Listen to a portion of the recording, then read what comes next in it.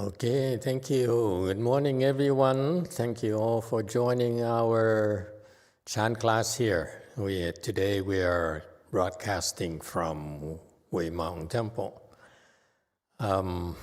First of all, I'd like to share with you some news. Is there the slides? Are they ready? Photos.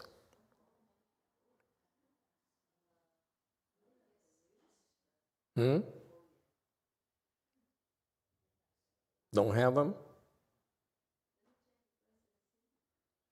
Okay. XP. On the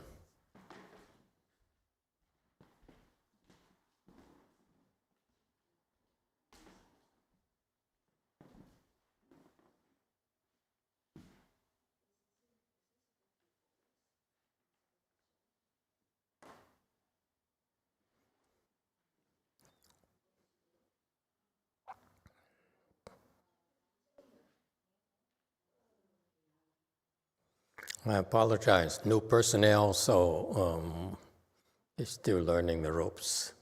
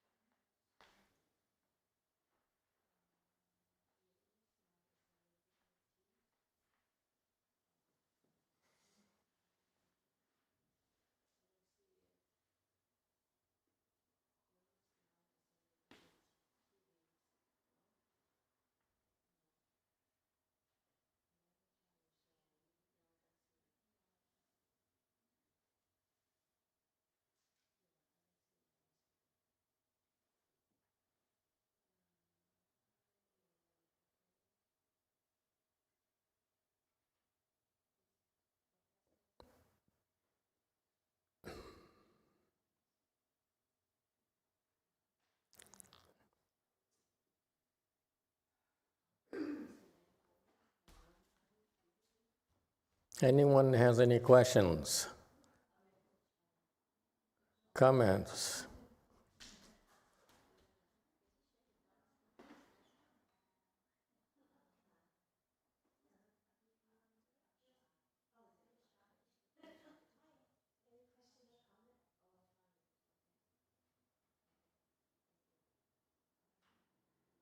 There you go. As you know, we have a couple of locations in Korea, and our people are being trained there, and they are actively propagating American chant over there. So recently, they've been invited to, what is this? Anyone knows?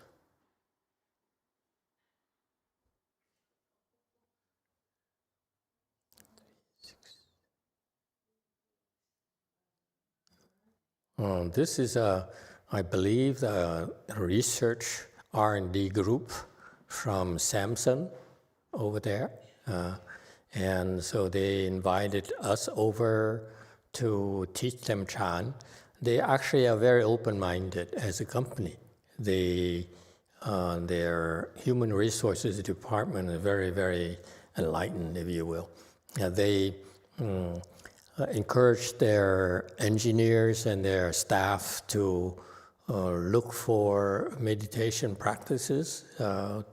And so these people looked at many, many places.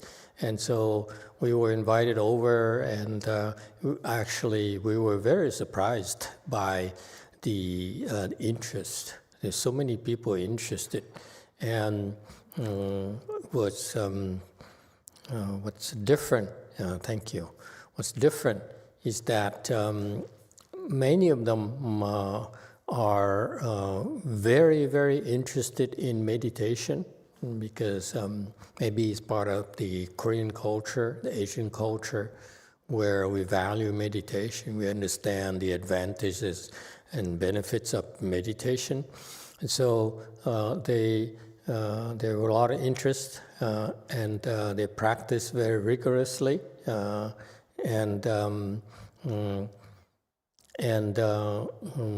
I've been to other American corporations here and teaching classes, and the attitude is entirely different. Even though I wasn't there, but you can look at this picture here. It's a different culture where they really value meditation as compared, in contrast to Westerners. And what they had in the past is that, like the typical people, when they learn meditations, it's predominantly 90% of the time is mindfulness meditation, and the rest is basically yoga or non-Buddhist practices. Okay, and so even in a country like Korea, where they have a very sound and strong Buddhist ecology, Chan is not that well known. And you see, this is what our people are trained to do. We train them into Chan. We teach them about the fundamentals of Chan, and when after they reach a certain skill set, a certain level, then we send them out so that they can instruct and help others in getting the benefits from practicing Chan. Okay, and so this is Yanan here, our fearless leader in K-Land.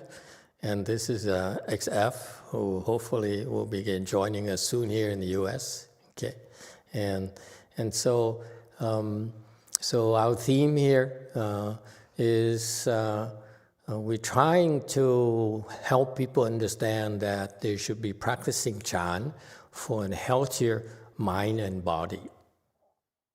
It's not stressed enough. Okay, you need to do something to take care of your mind. Healthier mind is the key in Chan practices. When you practice Chan, it will help get rid of the icky stuff from your mind. And that's a basis for getting a healthier body.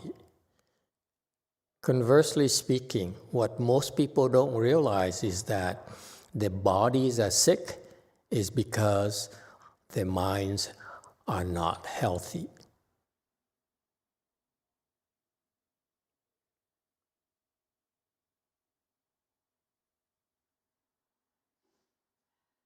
It's not talk. This is the Buddhist wisdom. This is the Buddha's wisdom. When he started teaching meditation to his students, that's the first thing he did. He taught them meditation, and he taught them about wisdom. And wisdom is a healthier mind. When you have wisdom, your mind is healthier. And as a result, your body becomes healthier too.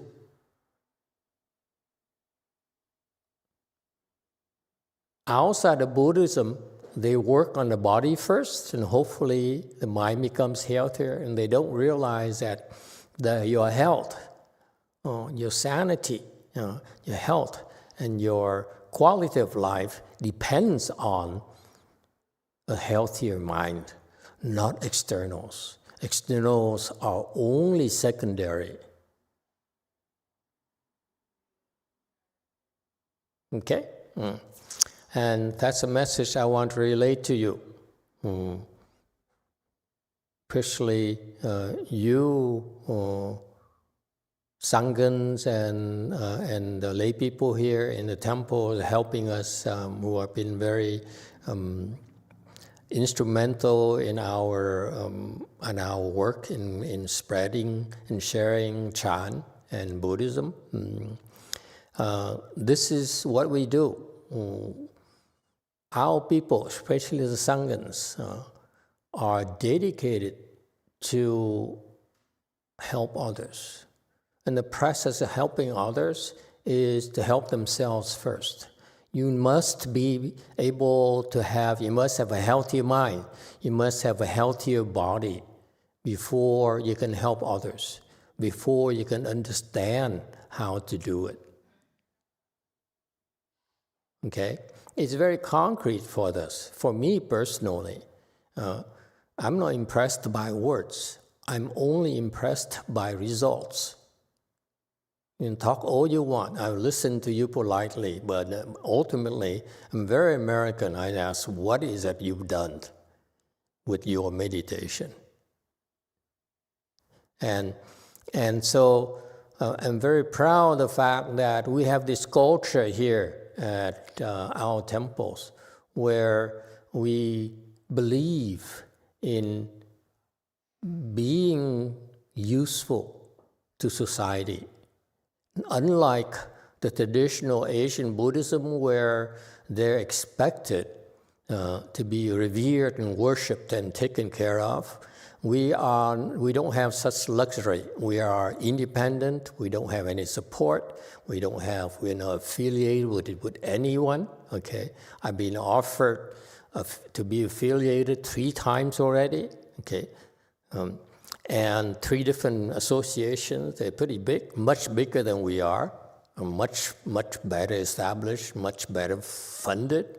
Okay, but I turn them down because they fall short of my expectations, of my ideals. Okay, because they are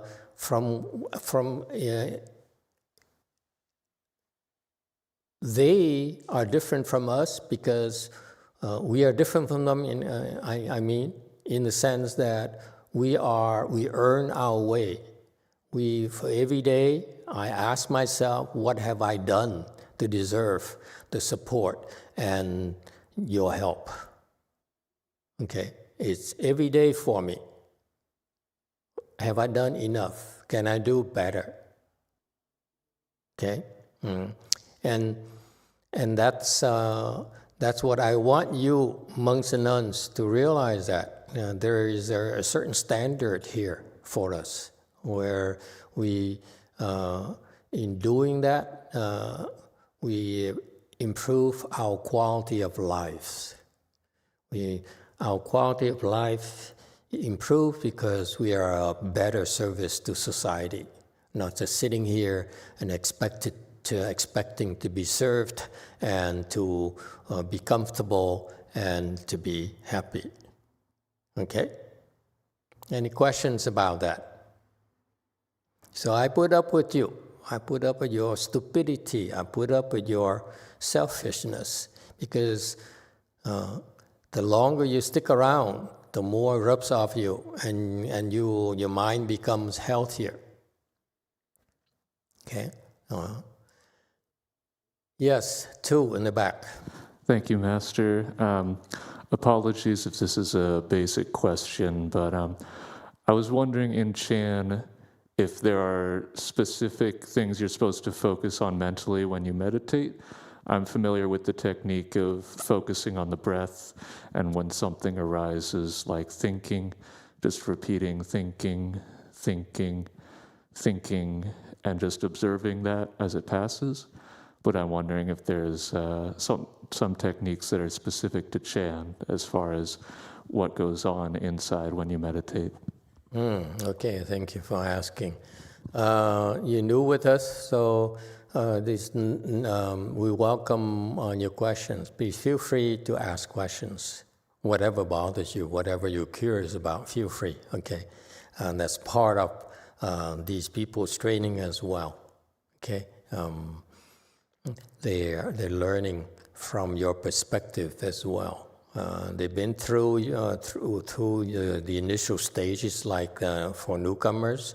So what we do typically for newcomers like you is we have a introductory class of Chan, and you should talk to, I don't know who is teaching a class nowadays here. Right there. The Chan teacher here prefers not to be known. And that's why our introductory class has no advertisement. No one knows about it. You have to ask. Okay, but we have a certain training techniques that depending on your interests and your needs, you can learn Chan at your own speed, at your own pace. Okay. If you learn about breathing, most people understand breathing, mindfulness, and so forth. We don't teach that because I find that I tried that when I first started, like everyone else. I found that to be, especially concentrating on the breathing, is found it to be limiting and misleading. So that's why I don't teach anymore. It's too complicated to me. Chan should be very, very simple. Okay? And the more complicated the instructions, the more chances for you to go off in the wrong directions. So, for example, for us, we focus on the Dantian, okay, on national navel. And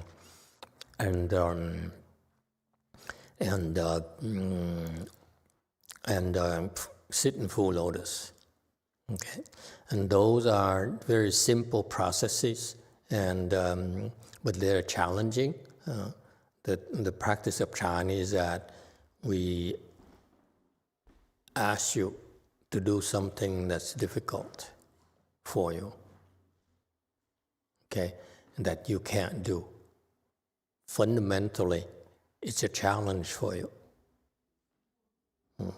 You'll run into your point of failure and you have to stop. Okay? And it doesn't matter what you do. See, you concentrate on breathing, on the false thought, and say, this is thinking, whatever. It's not conducive to developing concentration quickly enough for me. Okay, the process is there, but in Chan, we share with you the Wei-Yang secrets on how to develop concentrations a lot faster than that. Okay. And so we have our own techniques of developing concentration, and it works for a lot of people. In short, our training, I feel, is far more effective. Okay, for example, I don't know how long you've been practicing meditation. How long have you been practicing meditation? I think about 2 years now. 2 years.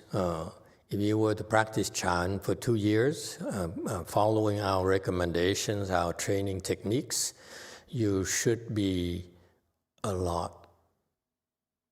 your concentration level should be a lot higher than that. Okay, if you're looking for that. But if you're looking to be comfortable or some form of entertainment or distraction, or once on the weekend, then it's different. Okay, and so like in the case here, and these people, they are fighting for their career. They want to contribute.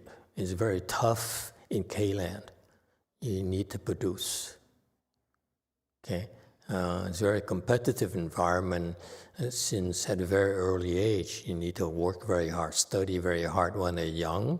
And the kids start at 5, 6 in the morning, okay, and don't come home until like 9, 10 o'clock at night. Kids. So they can get into good schools, good universities. All right? So they're very, very highly trained, they're highly educated, but they never, this is what the fault, the weakness in education is that they never were adequately proficient in meditation. If they were taught meditation earlier, at younger age, they would be a lot more proficient with their school grades and with their work. But it's never too late. Now, when they're struggling for their career and with Chan meditation, their career could be greatly enhanced if the Chan skills are developed. We want to help you make a difference in your daily life, in your professional life, in your family life, in your relationships. Okay? That's why we're doing this. Okay, so in short, I invite you to join our introductory class here, Chan class here. They teach you the fundamentals and tell you what to do. Okay? Any other questions?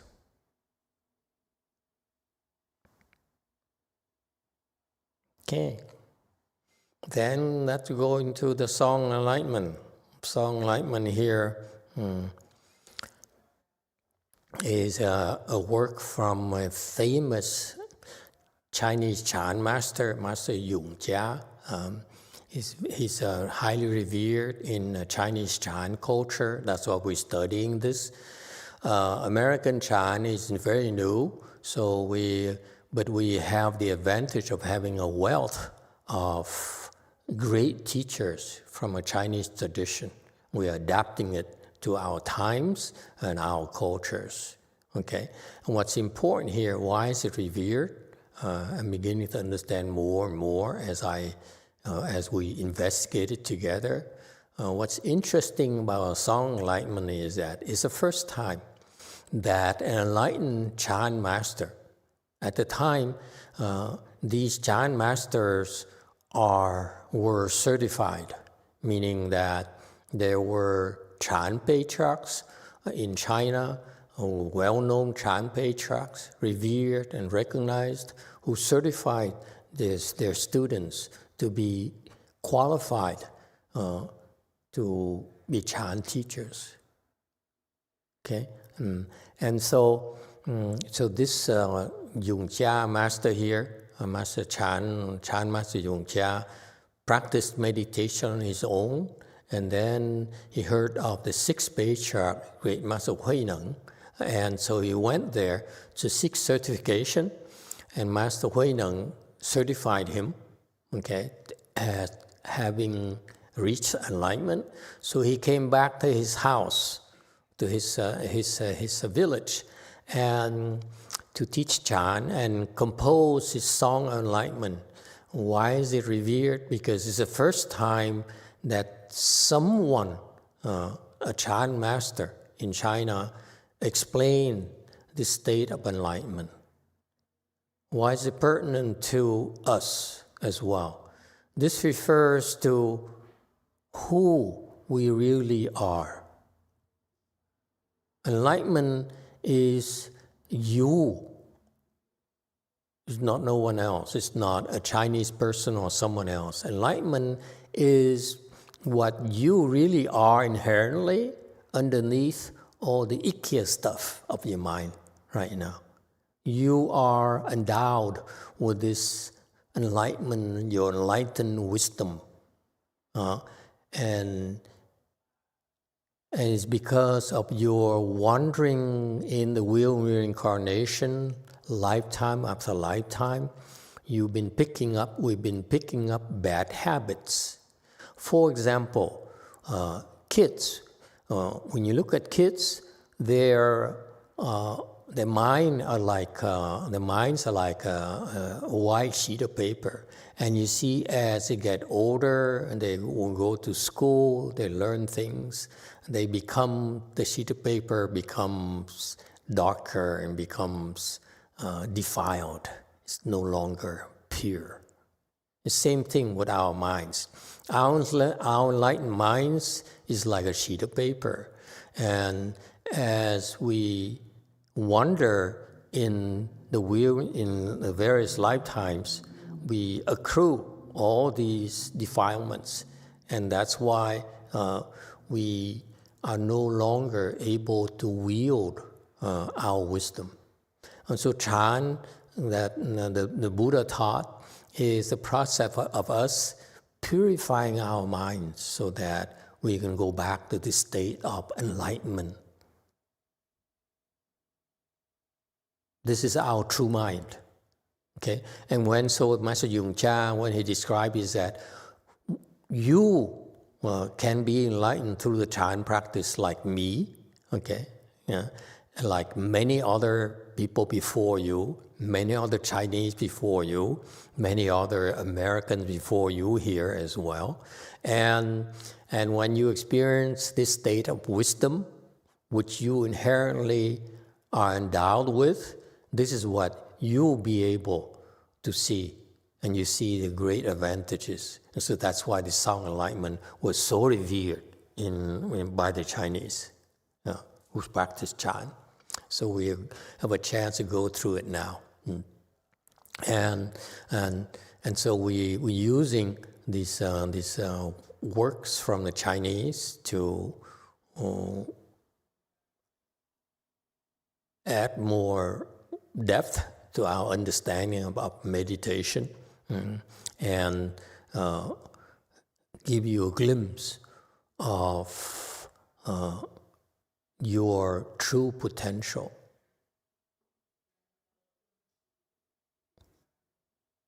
Okay, so here we are on slide 90. No, we talked about this already. For some reason, these slides were not updated.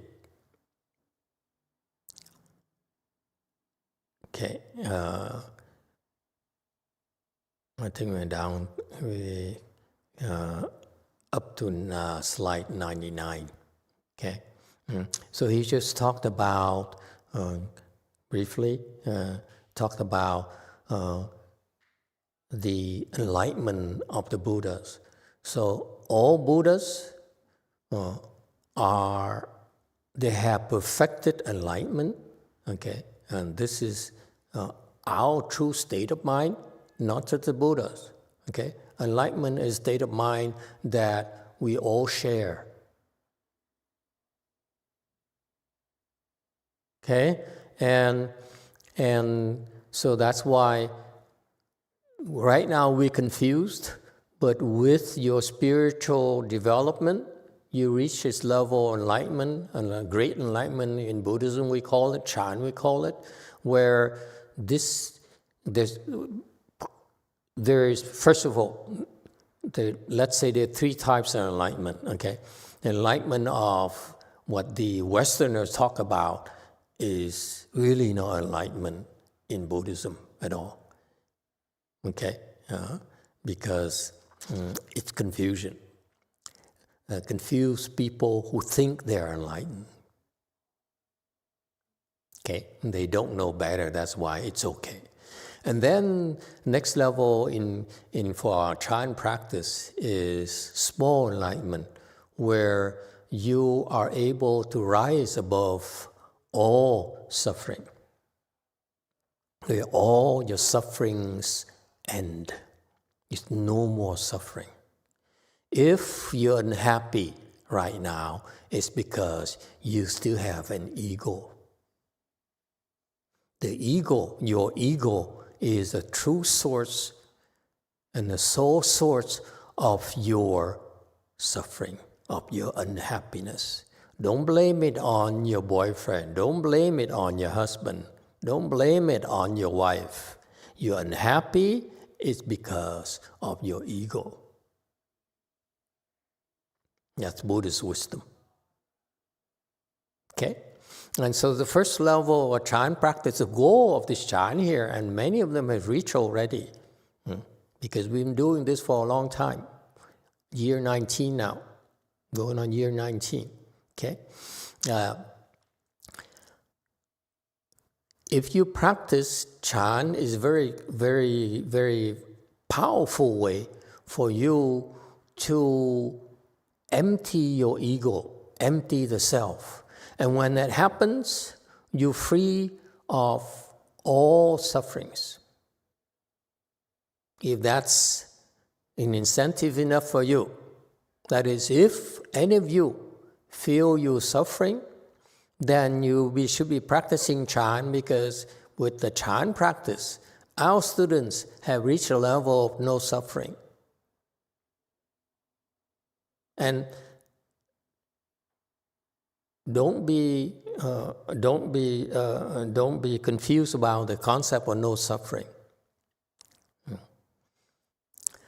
Suffering, what ordinary people don't understand, is suffering happens because, who knows? Why do you suffer? You suffer because you make the wrong choices. No one told you that? I didn't say that. No? Now you know. It's about time you know. Okay? You suffering is because you make the wrong choice. So fundamentally, it's because you choose wrong, that's why you suffer, number one.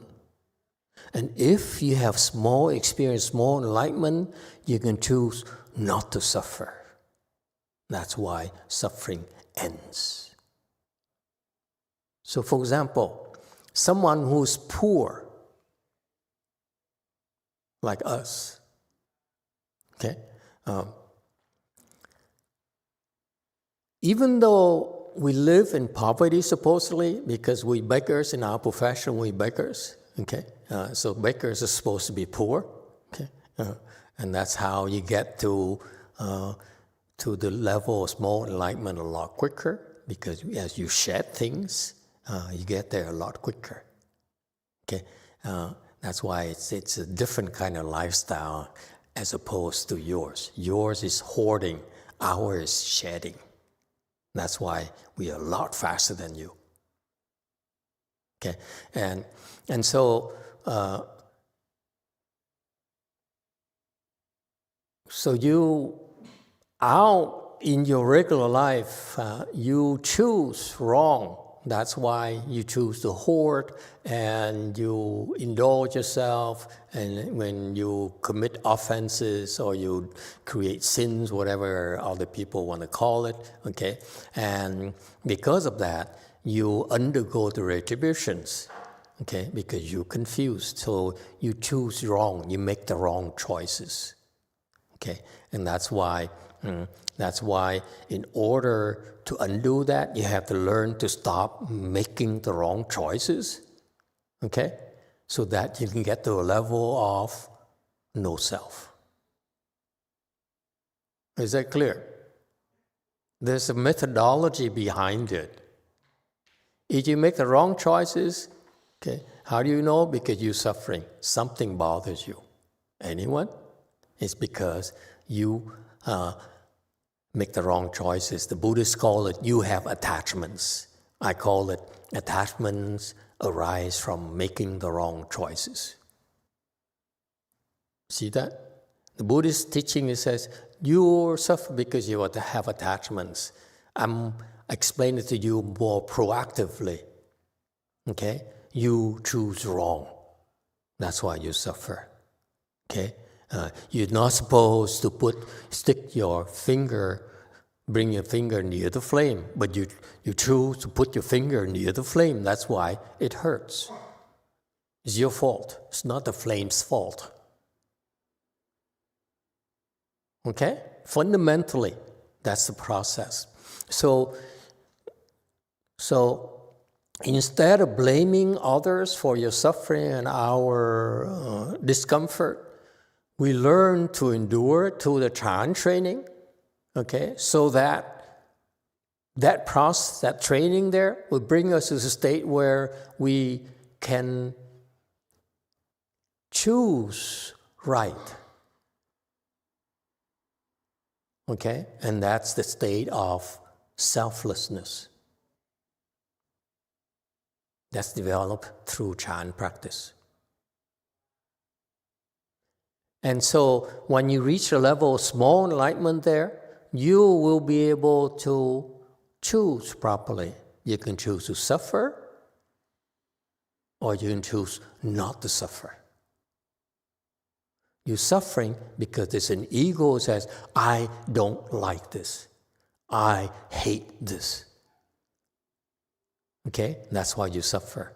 Whereas if you have no ego, you turn on the other side and say, okay, what's the big deal?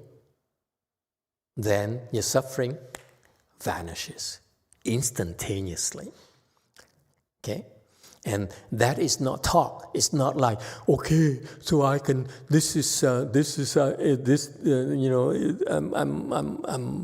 I'm bothered by this. But then you fool your mind, you fool yourself. But I'm not bothered. She doesn't mean anything to me. Okay, and that's a mental projection. It's fooling yourself with your mind. It's just different. Difference is there's an ego that says, I don't like this, but I pretend not to like it. There's still an ego present. Okay? So the ego is still bothered by that. I'm fooling myself. You don't know it, but your ego knows. Whereas when you know you're hurting, when you're bothered by something, because your ego is bothered by it, you can instantaneously turn off the hurt, okay, the suffering, by turning off your ego. Is that clear? That's a concept behind this. It's not fooling yourself. It's not drinking drugs or drinking alcohol, taking drugs, drinking alcohol so that you can, your mind can take a break. It's still there. It's still suffering. Okay? But if you can turn off the ego, meaning turn off the thinking mind, that's when the suffering ends immediately.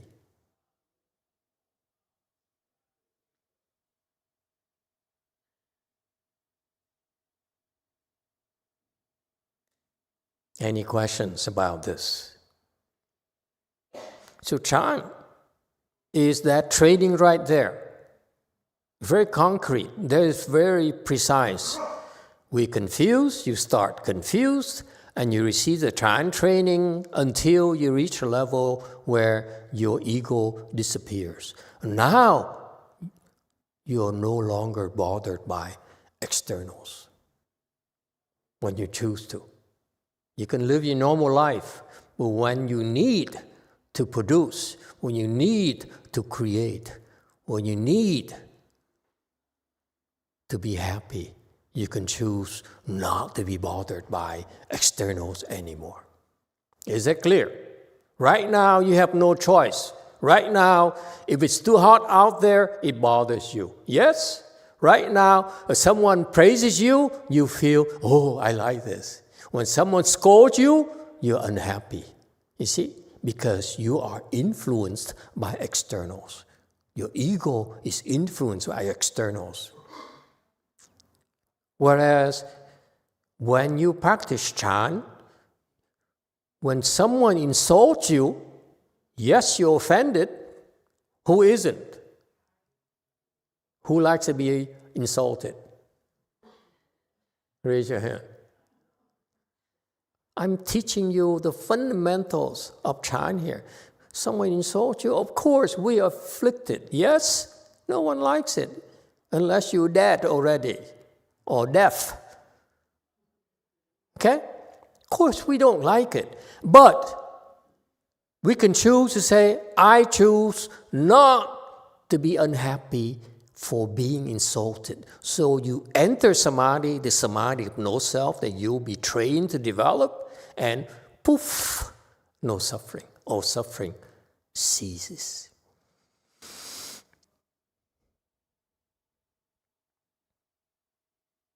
It's a skill.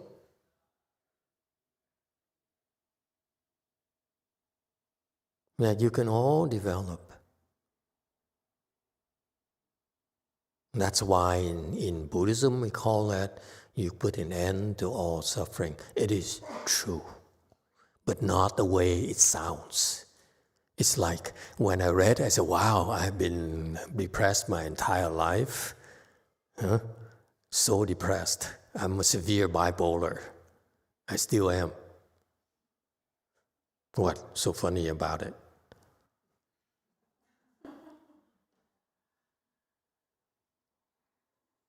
See, I'm offended by that.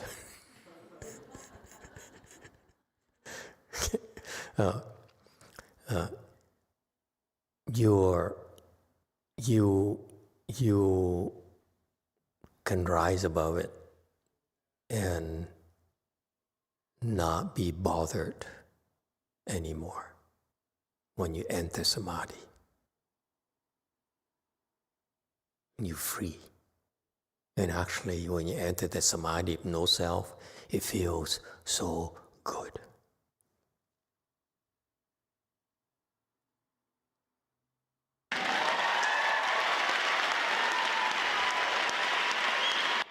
I'm embarrassed by this. This is so serious, and you turn it into a joke. Bad timing.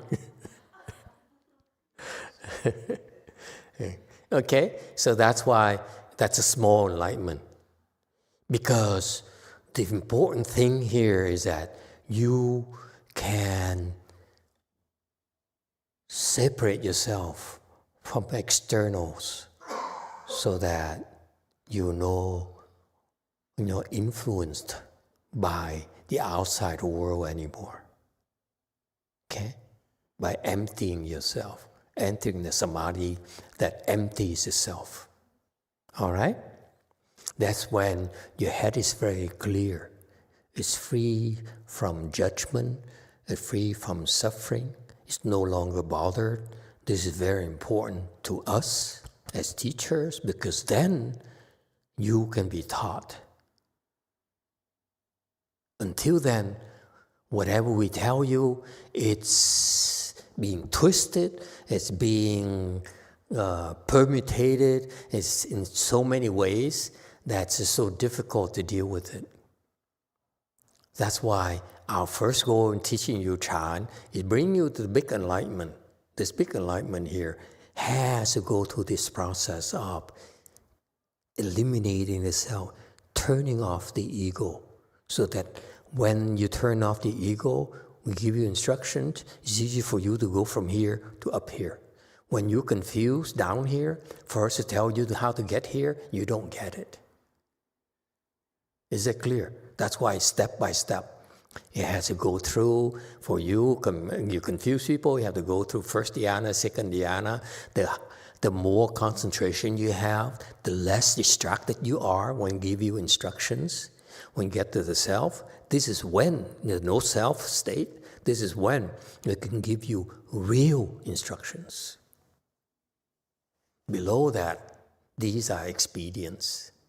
We call things we tell you to distract you so that you are less bothered and less bothered and less bothered and less bothered and less bothered and less bothered. That's how it happens.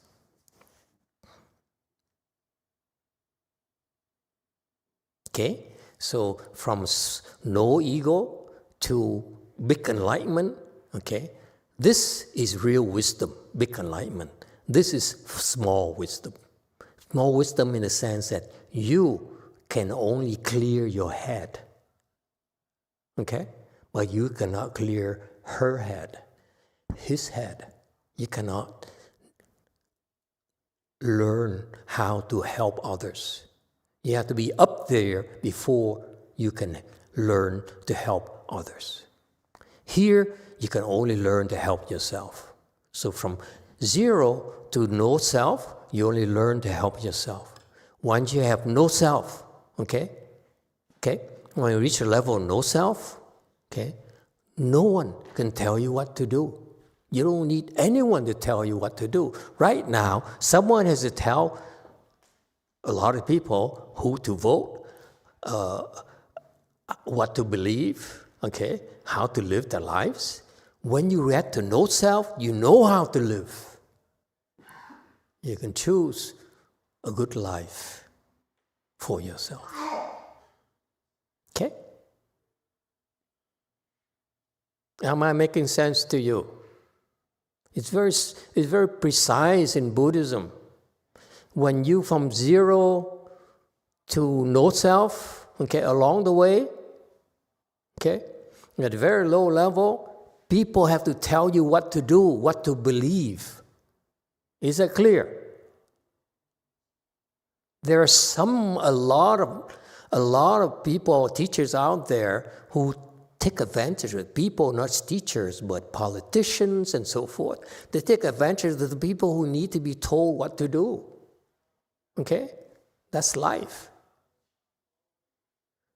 Okay? This very low level need to be told what to do. I'm amazed because, I went to a French high school, which considered to be elite in Vietnam at my times. And one of my good friend is not that dumb. Okay, he survived the French high school. Therefore, he's not dumb. He's not stupid. But when his wife had an affair on him, his world fell apart. Didn't know what to do. And so, for us, we didn't believe in Buddhism, Catholicism, or anything at all. We considered ourselves to be superior at my times. Okay. So for him to go from the state of a crisis in his life, okay, when he lived for his family, his wife, and the wife had an affair on him, he probably found him too boring. Okay.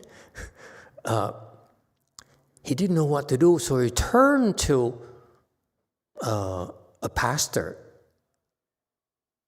I can't tell you where he lives, in California, of course.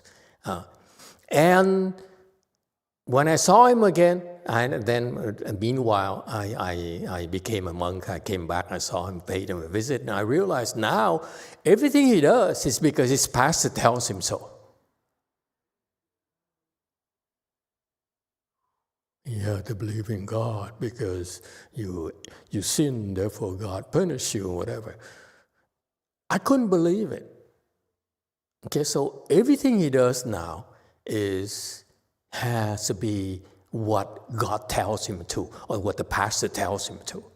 I'm telling you, when you reach the level of no self, you can decide for yourself. No one can tell you what to do because you can't take care of yourself. So I've seen people like that already, people close to me. I witnessed it. I saw the changes. And that's when, after you're able to decide for yourself, okay, that's when you can be taught how to help others by reaching the big enlightenment. So, yes, from here to no self, you need to be told what to do. When you get here, okay, we'll give you a lot more choices because we can guide you. But down here, very low level, okay, like most people in the world, they have to be told what to do. This is reality, our reality. What do you think? It's my model. This is why don't expect people down here to know and to decide for themselves.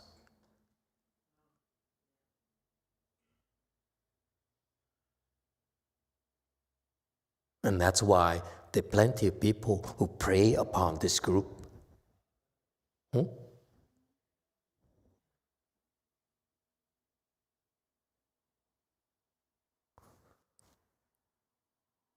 That's life. Questions? And so when you reach the level of big enlightenment, what you find out is that this big enlightenment here is true wisdom, where you are so happy. The happiness of a no self here compared to the happiness of big enlightenment is inconceivable. You cannot imagine the huge difference. Okay? Why is that? Because this enlightenment, big enlightenment level here, you experience the enlightenment of the Buddha. It's the same as the Buddha. Okay? And don't be impressed by that. Okay? Because the Buddhist teaching from a Chinese and from an Indian leave a lot of things that are unspoken. Okay? For what reason, I'm not sure. Maybe it should be you should have a certain level of mysticism so that it's easier for the people down here to believe. Okay, but when you get up here, we have to be more honest with you. Okay, and so at the big enlightenment level, where you have real wisdom, when you have incredible happiness, okay, it's fun. Let me tell you, life is fun. Life is wonderful. At no self, you're talking about struggling with suffering versus no suffering, okay? You have that choice. Up here, yeah, life is wonderful. Life is worth living.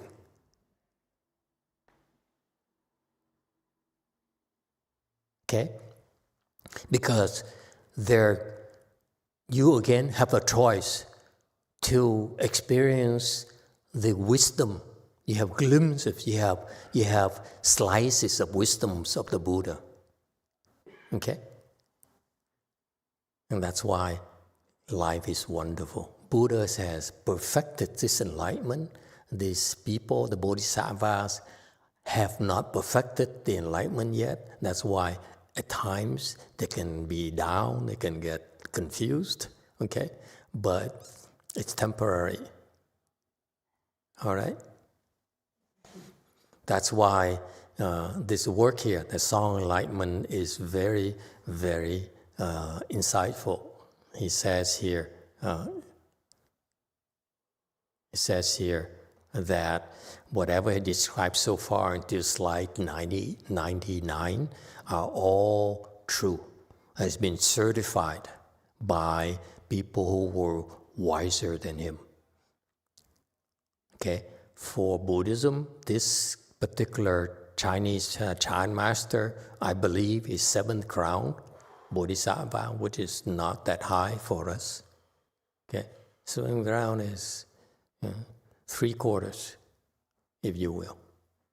Okay, and it gets harder from 3/4 and up. It's much, much harder. Okay, and so, but what he's describing is correct. There's some parts where I think he's over selling himself a little. Okay, but and so he says, whatever I told you before about enlightenment actually express the true vehicle, the true teachings of Buddhism. Okay, whatever he teaches is consistent with the Buddha's teachings. That's why it's called true vehicle. Buddha's teaching is the truth. Not the same truth as other religions like to call it. This is the truth that applies to everyone, everywhere, at all times.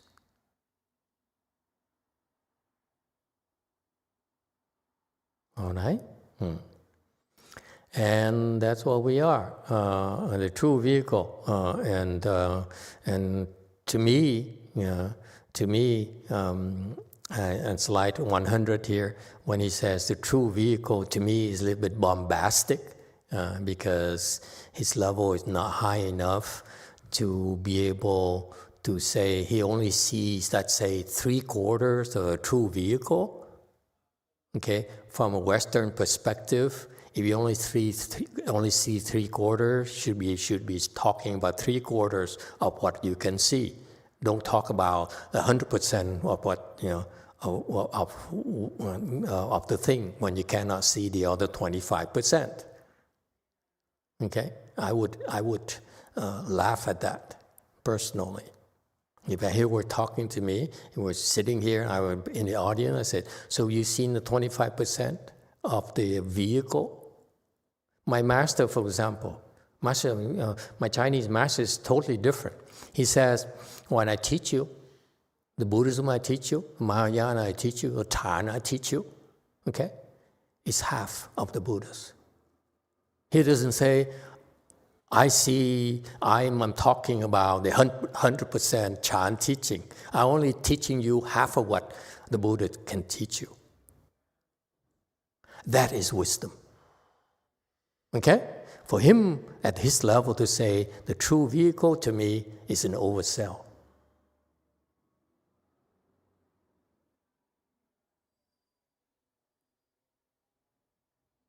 All right? All right, so time is up. We stop here today, and we continue next time. Thank you.